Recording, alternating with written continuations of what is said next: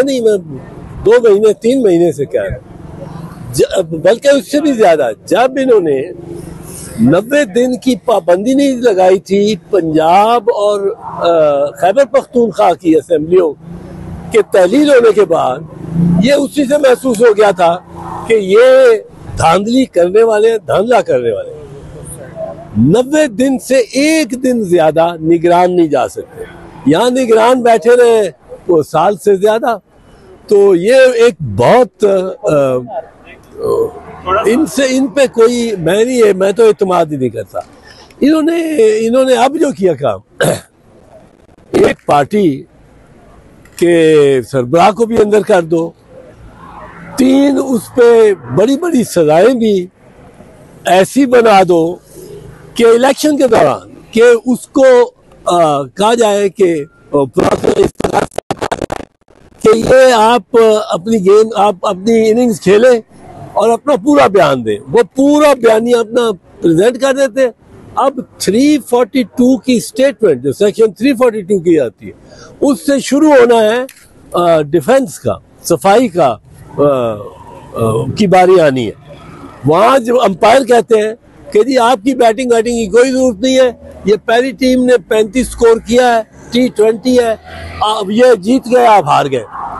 ना गवाह, ना मुल्जिम का बयान लिया है, ना मुल्जिम के गवाह, ना उसकी दस्तावेजात, कुछ भी नहीं, और फैसला कर दिया। ये कैसे जज है? इन जजेस को भी मिसकॉन्डक्ट की सजा होनी चाहिए। और दूसरी बात यह है कि ये किसी का गिर गया।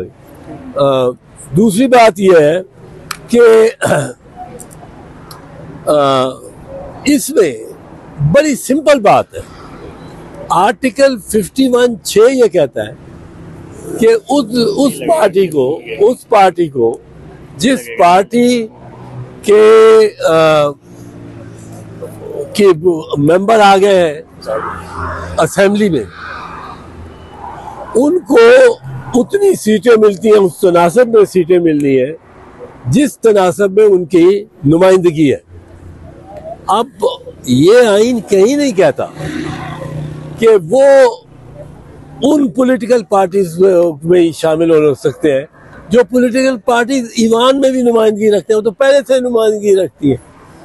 ये इलेक्ट हो गए, अब ये शामिल होना चाहते हैं, एक ग्रुप बताते हैं। इलेक्शन कमीशन ने किस दिन वो काउंट करना है? इलेक्शन कमीशन ने वो मेंबर उस दिन काउंट करने हैं जिस दिन 3 दिन हो जाएंगे। 3 दिन ये इंडिपेंडेंस किसी पॉलिटिकल पार्टी में जाने के मजाज है। अब वो पॉलिटिकल पार्टी के, ये तो नहीं लिखा पॉलिटिकल पार्टी रजिस्टर्ड होगी, ये तो नहीं लिखा। ये भी नहीं लिखा कि वो पॉलिटिकल पार्टी हाउस में ही होगी।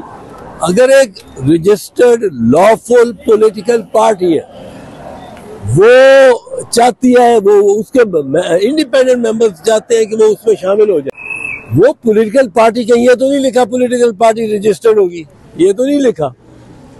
ये भी नहीं लिखा कि वो पॉलिटिकल पार्टी हाउस में ही होगी।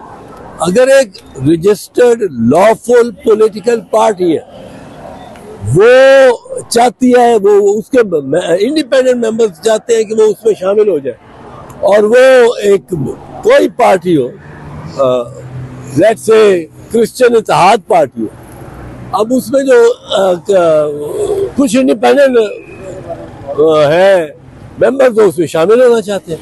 वो रजिस्टर्ड पार्टी है, वो पार्टी ऐसी है जिसका वजूद कहाँ हो कहाँ नहीं हो, सिंध में हो, बलूचिस्तान में हो, पर एक जमात में ये इंडिपेंडेंट जाना चाहते हैं, और वो लॉफुल लीगल पार्टी। ये कहीं भी नहीं लिखा कि वो पार्टी जिसमें ये शमूलियत इख्तियार करना चाहिए वो पार्लियामेंट में हो। ना लफ्ज लिखा है पार्लियामेंट्री पार्टी, ना लिखा है कि कोई ऐसी पार्टी जो कि पार्लियामेंट से बाहर होगी, उसमें शामिल नहीं हो सकते। ये एक और बुनियादी बुनियादी हक जो वोटर का है, वो छीन रहे हैं इलेक्शन कमीशन।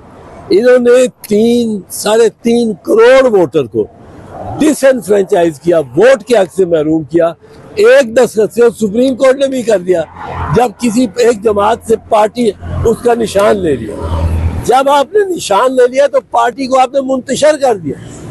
आपका इख्तियार कोई नहीं है किसी पार्टी को मुंतशर या तहलील करने का। वो इख्तियार सिर्फ और सिर्फ सुप्रीम कोर्ट के एक स्पेशल बेंच को है। ये नहीं कि चीफ साहब बैठे हो और कहे कि चीफ जस्टिस साहब ने भी नहीं सोचा कि एक बंदे का, ये पार्टी का निशान जो होता है, ये पार्टी का निशान नहीं होता, ये वोटर का निशान होता है। उस अनपढ़ वोटर का जो वोट डाल ही नहीं सकता जब तक उसको कोई सहूलत ऐसी ना मिले कि उसको निशान मिल जाए। तीर पे डालना है, उसने पतंग पे डालना है, उसने शेर पे डालना है, किसी भी निशान पे डालना है, बल्ले की निशान पे डालना है। वो अनपढ़ वोटर जो है, और पाकिस्तान में 70% आबादी अनपढ़ है, तो ये इन्होंने ये खिलवाड़ कर रहे हैं। ये इलेक्शन कमीशन बहुत डिसअपॉइंटमेंट है। मैं तो पहले कह चुका हूँ कि इनके खिलाफ केस बनना चाहिए। अब इन्होंने ये जो फैसला किया है, इसमें एक और बुनियादी हक से महरूम किया है हर उस वोटर को जिसने इंडिपेंडेंट कैंडिडेट्स को वोट दिया।